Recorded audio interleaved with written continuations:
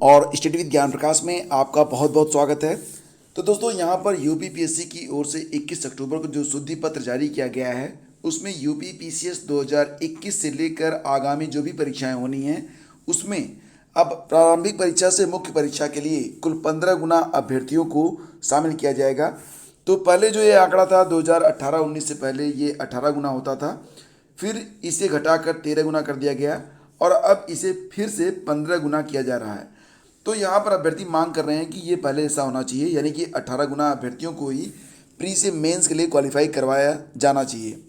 और मेंस के बाद इंटरव्यू होता है, तो इंटरव्यू में पहले 3 गुना अभ्यर्थी जो होते थे उनको शामिल किया जाता था, लेकिन पिछले 2 वर्षों में यह संख्या मात्र 2 गुनी रही। अब इसे बढ़ाकर फिर से 3 गुना कर दिया गया है।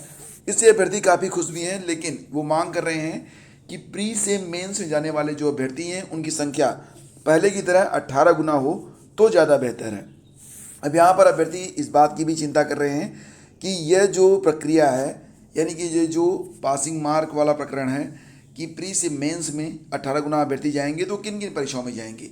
तो दोस्तों ये जो पूरा का पूरा क्राइटेरिया है ये आरओ, एआरओ और अन्य परीक्षाओं में भी लागू रहेगा, पीसीएस जे को छोड़कर।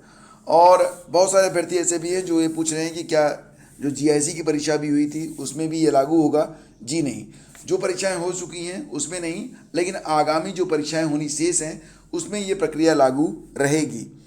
तो दोस्तों यहाँ पर आप पूरी खबर को पढ़ सकते हैं और अखबारों में भी इससे संबंधित जानकारियाँ दी गई हैं। तो मैं आपको लेकर चलता हूँ अखबारों पर। तो देखो यहाँ पर यूपीपीएससी का निर्णय, मुख्य परीक्षा में 15 गुना अभ्यर्थी सफल घोषित किए जाएंगे और कुल पदों के मुकाबले 3 गुना अभ्यर्थी इंटरव्यू में क्वालिफाई होंगे। और यहाँ पर उत्तर प्रदेश लोक सेवा आयोग ने अभ्यर्थियों को बड़ी राहत दी है।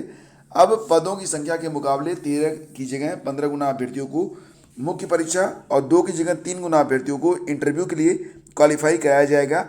पीसीएस जे परीक्षा को छोड़कर बाकी सभी परीक्षाओं में यह व्यवस्था लागू किए जाने का निर्णय लिया गया है, यानी कि आरओ, एआरओ और अन्य परीक्षाओं में भी ये व्यवस्था लागू रहेगी। 24 अक्टूबर को प्रस्तावित पीसीएस 2021 की प्रारंभिक परीक्षा है, तो उसमें भी ये व्यवस्था लागू रहेगी। वर्ष 2019 से पहले तक आयोग की ओर से आयोजित प्रारंभिक परीक्षा में पदों की संख्या के मुकाबले 18 गुना और अभ्यर्थियों को मुख्य परीक्षा के लिए और मुख्य परीक्षा में 3 गुना अभ्यर्थियों को इंटरव्यू के लिए सफल घोषित किया जाता था। वर्ष 2019 में तत्कालीन आयोग अध्यक्ष डॉक्टर प्रभात कुमार ने यह व्यवस्था बदलकर सफलता का मानक क्रमशः 13 गुना और 2 गुना कर दिया था। पीसीएस 2019 और पीसीएस 2020 समेत पिछले 2 वर्षों के दौरान हुई सभी परीक्षाओं में यही व्यवस्था लागू रही थी और आयोग के इस निर्णय का प्रदेश भर में विरोध हुआ। अभ्यर्थियों का कहना था कि सफलता का मानक घटाए जाने से उनके लिए चयन के अवसर भी कम हो गए हैं। और आयोग के सचिव जगदीश के अनुसार पदों की संख्या के मुकाबले अब मुख्य परीक्षा के लिए 15 गुना और इंटरव्यू के लिए 3 गुना अभ्यर्थियों को क्वालिफाई कराया जाएगा। नई व्यवस्था पीसीएस 2021 और एसीएफ आरएफओ 2021 समेत इसके बाद आयोजित होने वाली सभी परीक्षाओं में लागू रहेगी। तो ये एक बहुत ही अच्छी खबर है आप सभी लोगों के लिए, और यहाँ पर उन अभ्यर्थियों को जरूर राहत मिलेगी जो लोग अब लगभग अपने लास्ट अटैम्प्ट पर हैं, जिनकी उम्र 38 या 39 या 40 साल हो रही है, तो इससे उनको राहत जरूर मिलेगी।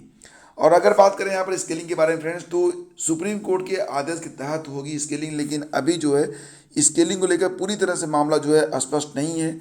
फिलहाल लोक सेवा आयोग के सचिव जगदीश ने कहा है कि पीसीएस और एसीएफ आरएफओ 2021 भर्ती में मॉडरेशन स्केलिंग की व्यवस्था सुप्रीम कोर्ट के आदेश के अनुसार लागू रहेगी। याचिका संख्या C-165/2005 संजय सिंह बनाम उत्तर प्रदेश लोक सेवा आयोग और अन्य में सुप्रीम कोर्ट ने मॉडरेशन और स्केलिंग के संबंध में जो निर्णय या आदेश दिए हैं उसका अनुपालन किया जाएगा। आयोग की ओर से 5 फरवरी 2021 को जारी पीसीएस 2021 के विज्ञापन में निर्देश क्रम 14-15 में इस बात का उल्लेख किया गया था। माना जा रहा है कि मॉडरेशन स्केलिंग को लेकर प्रतियोगी छात्रों में उपजे भ्रम को दूर करने के लिए सचिव ने 21 अक्टूबर को जारी शुद्धि पत्र में मुख्य परीक्षा और इंटरव्यू के सफलता मानक में बदलाव के निर्णय के साथ इस बात का भी जिक्र प्रमुखता से किया है।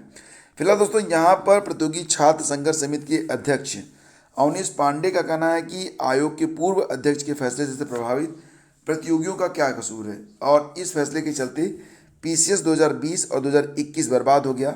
मेंस में 13 गुना पास किए जाने का निर्णय आधारहीन रहा है। प्रतियोगी छात्रों ने पूर्व अध्यक्ष के खिलाफ कार्रवाई की मांग की है। इसके अलावा स्केलिंग के मुद्दे पर भी आयोग को अपनी स्थिति स्पष्ट करनी चाहिए। स्केलिंग होगी या नहीं, इस पर गोलमोल जवाब देकर छात्रों को गुमराह करने की कोशिश नहीं की जानी चाहिए। तो फिलहाल अभी अभ्यर्थी जो है मांग कर रहे हैं कि 13 से 15 गुना करना शुभ है, लेकिन मेंस में 18 गुना सफल किए जाएं, क्योंकि इसका कोई भी अंक मुख्य परीक्षा में नहीं जुड़ता है। यह एक क्वालिफाइंग परीक्षा होती है, तो इसमें जो पहले की व्यवस्था थी 18 गुना वाली, वो फिर से लागू कर दी जाए। और देखिए फ्रेंड्स, यहाँ पर बेसिक शिक्षा के स्कूलों में रिक्त पद तय नहीं।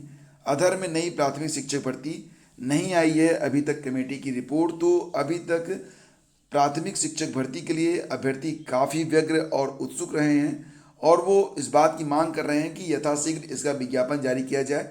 कुछ दिन पहले अखबारों में भी इससे संबंधित सूचनाएं आई थी कि पिछले महीने के ही अंतिम सप्ताह में विज्ञापन जारी हो सकता है। इस बात के लिए कई बार कहा गया था, अखबारों में भी आपने इस सूचना को पढ़ा होगा और इस सूचना को मैंने भी आपको दिखाया था। लेकिन फिलहाल फ्रेंड्स, अभी तक इस कमेटी की कोई अंतिम रिपोर्ट नहीं आने से अभ्यर्थी व्यग्रता से इंतजार कर रहे हैं कि आगे क्या होना है।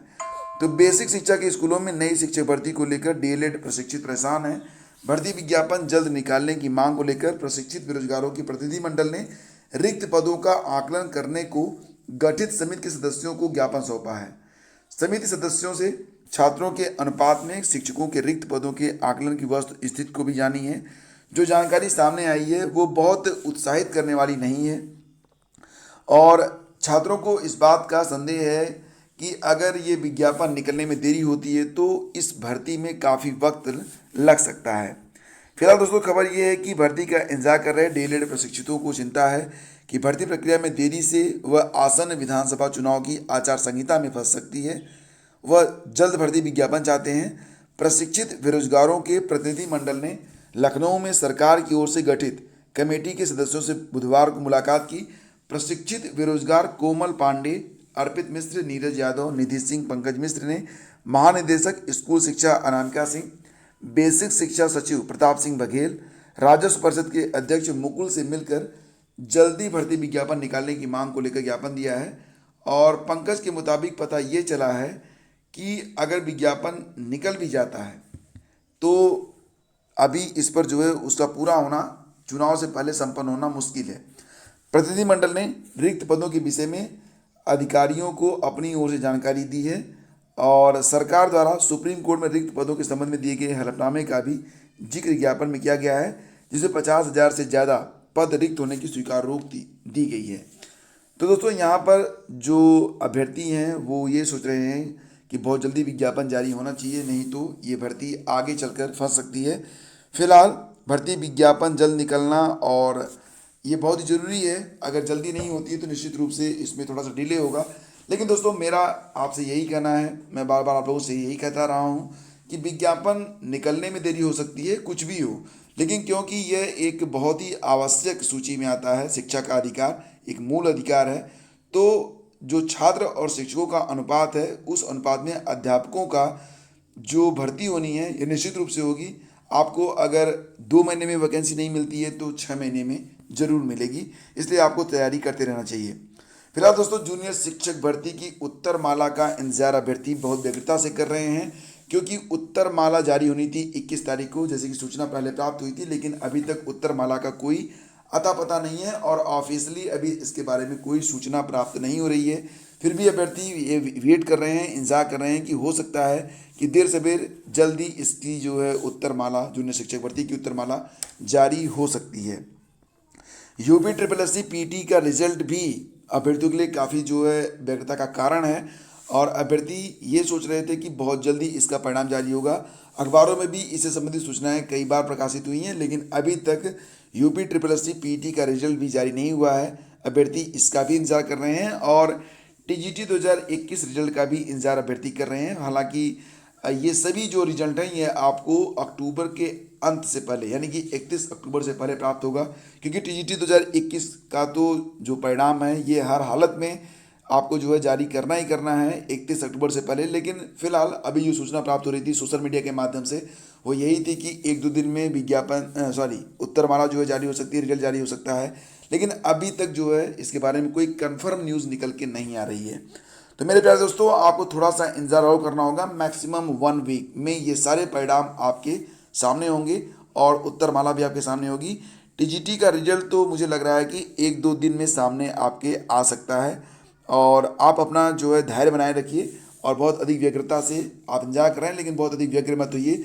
शांति के साथ इंतजार करिए। जब हम बहुत चीज़ कई चीज़ों का जब हम बहुत अधिक व्यग्रता से इंतजार करते हैं तो इंतजार लंबा लगने लगता है, लेकिन जब हम सोच लेते हैं चलो जो भी होगा देखा जाएगा, तो वो चीज़ें सामने आ ही जाती हैं।